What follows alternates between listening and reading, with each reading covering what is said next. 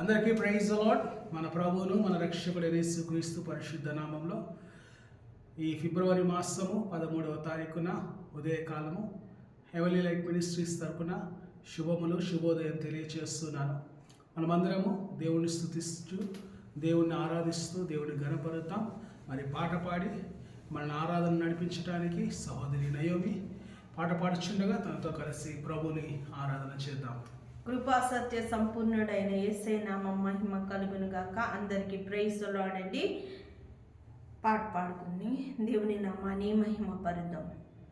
శాశ్వతమైనది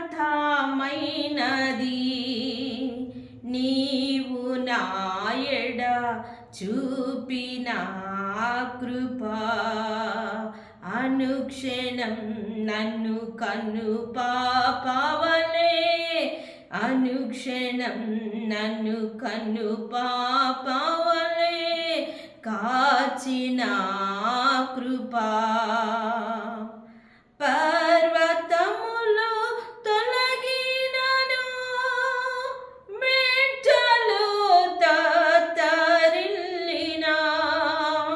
పర్వతములు తొలగినను మెట్టలు తత్తరిల్లిన,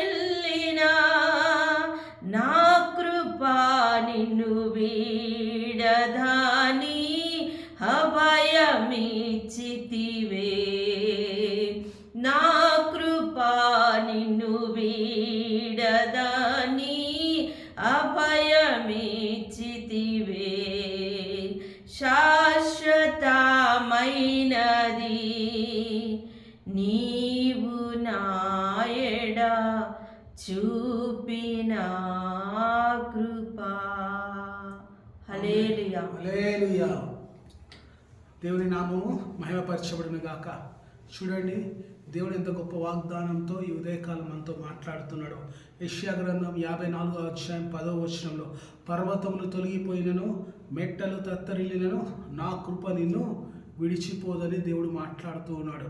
అవును, ఈ లోకంలో ఏదైనా తొలగిపోవచ్చు, ఏదైనా తత్తరిల్లొచ్చు, కానీ దేవుని కృప నీ పట్ల, నీ కుటుంబం పట్ల, నువ్వు చేస్తున్న ఉద్యోగం పట్ల, నువ్వు చేస్తున్న వ్యాపారం పట్ల ఎన్నడూ అది విడిచిపోదు. అది ఎన్నడూ నీకు దూరము కాదని దేవుడు వాగ్దానం చేస్తున్నాడు. 8వ వచనంలో 2వ భాగంలో ఏమంటున్నాడు చూడండి, నిత్యమైన కృపతో నీకు వాత్సల్యత చూపెదను. ఆమేన్. ఏమంటాడు? నిత్యమైన కృపతో. దాని ముందు భాగంలో ఏమన్నాడంటే, కేవలం నిమిషము మాత్రమే నేను నీడల మహాకోపేద్రం కలిగి ఉన్నాను, కానీ తర్వాత ఏమంటున్నాడు? నిత్యమైన కృపతో. హల్లెలూయా. ఏ కృపతో? నిత్యమైన కృపతో. అంటే ఆ కృపకు ముగింపు లేదు, ఆ కృపకి ఏం లేదు, అసలు ఎటువంటి ఏమంటారు అంతము లేని కృపతో దేవుడు మనం ఏం చేస్తున్నాడు? కృప చూపిస్తూ మన ఎడల కనికరమును చూపిస్తున్నాడు. ఒక మాట మనం చదువుకుందాం. ఏమని ఉందంటే, ఆదికాండం 6వ అధ్యాయం 8వ వచనంలో, అయితే నోవాహు యెహోవా దృష్టి యందు కృప పొందిన వాడాయెను. ఆమేన్. ఏంటంటే చెప్పండి, నోవాహు అంట యెహోవా దృష్టి యందు కృపనొందినాడు. మొదటి వ్యక్తి భూమి మీద. ఎంతోమంది అప్పటికి జన్మించారు, కానీ మొదటిగా దేవుని కృపను పొందుకుంది ఎవరంటే నోవాహు. హల్లెలూయా. ఎందుకు నోవాహు కృప పొందుకున్నాడంటే, అతను తన తరమందరిలో నీతిమంతుడుగా జీవించాడు. ఆమేన్. ఎలా ఉన్నాడంట? తన తరమంతటిలో ఎంతమంది ఉన్నారు? లక్షల్లో కోట్లలో ఉన్నారు. వారందరిలో నోవాహు ఒక్కడే ఎలా ఉన్నాడు? నీతిమంతుడుగా కనబడుతూ ఉన్నాడు.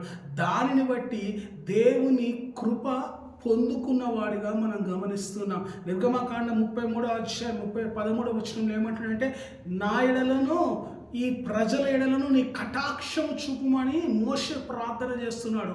ఎక్కడ? సీనాయి కొండ మీద.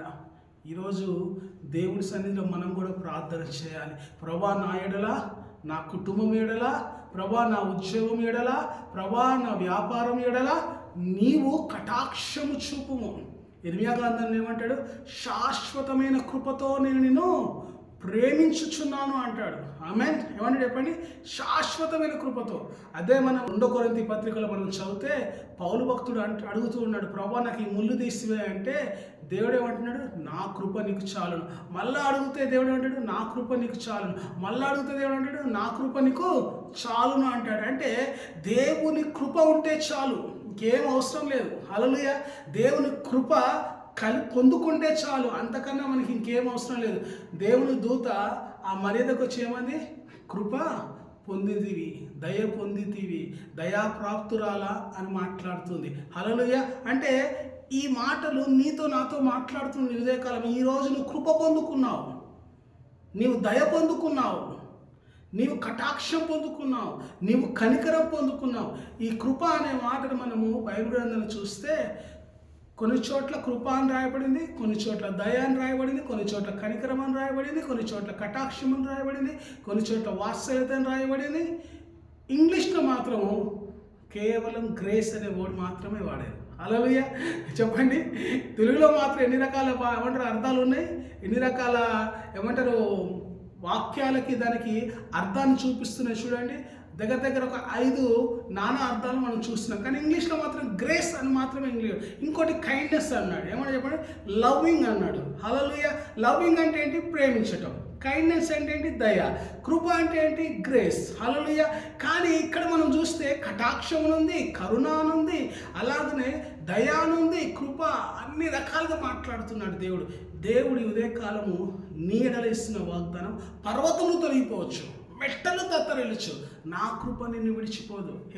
హెబ్రీ పత్రికలో ఏమంటాడు, నేను నిన్ను విడువను, నేను ఎడబాయను అంటాడు. ఆమేన్. ఏమంటాడు చెప్పండి, నేను నిన్ను విడువను, నిన్ను ఎడబాయను. కాబట్టి ప్రతి వాగ్దానం దేవుడు ఈ ఉదయకాలం మనకిస్తున్నాడు.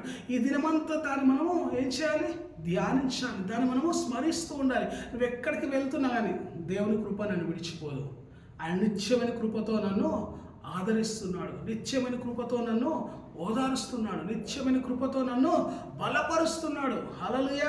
ఎందుకు దేవుడు పౌలుతో ఈ మాట అన్నాడు, నా కృప నీకు చాలునని?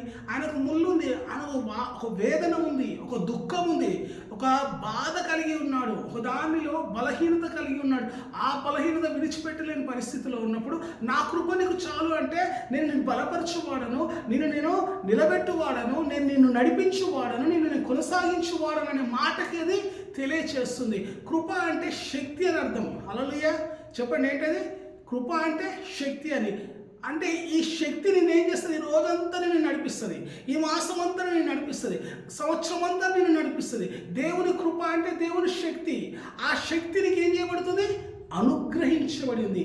ఆ శక్తి ద్వారా నువ్వు ఏం చేయగలుగుతావు, నీ జీవితం అంతా సమాధానముతోను, నీ జీవితం అంతా సఫలముతోను, నీ జీవితం అంతా విజయముతోను నువ్వు కొనసాగించబడతావు. హల్లెలూయా.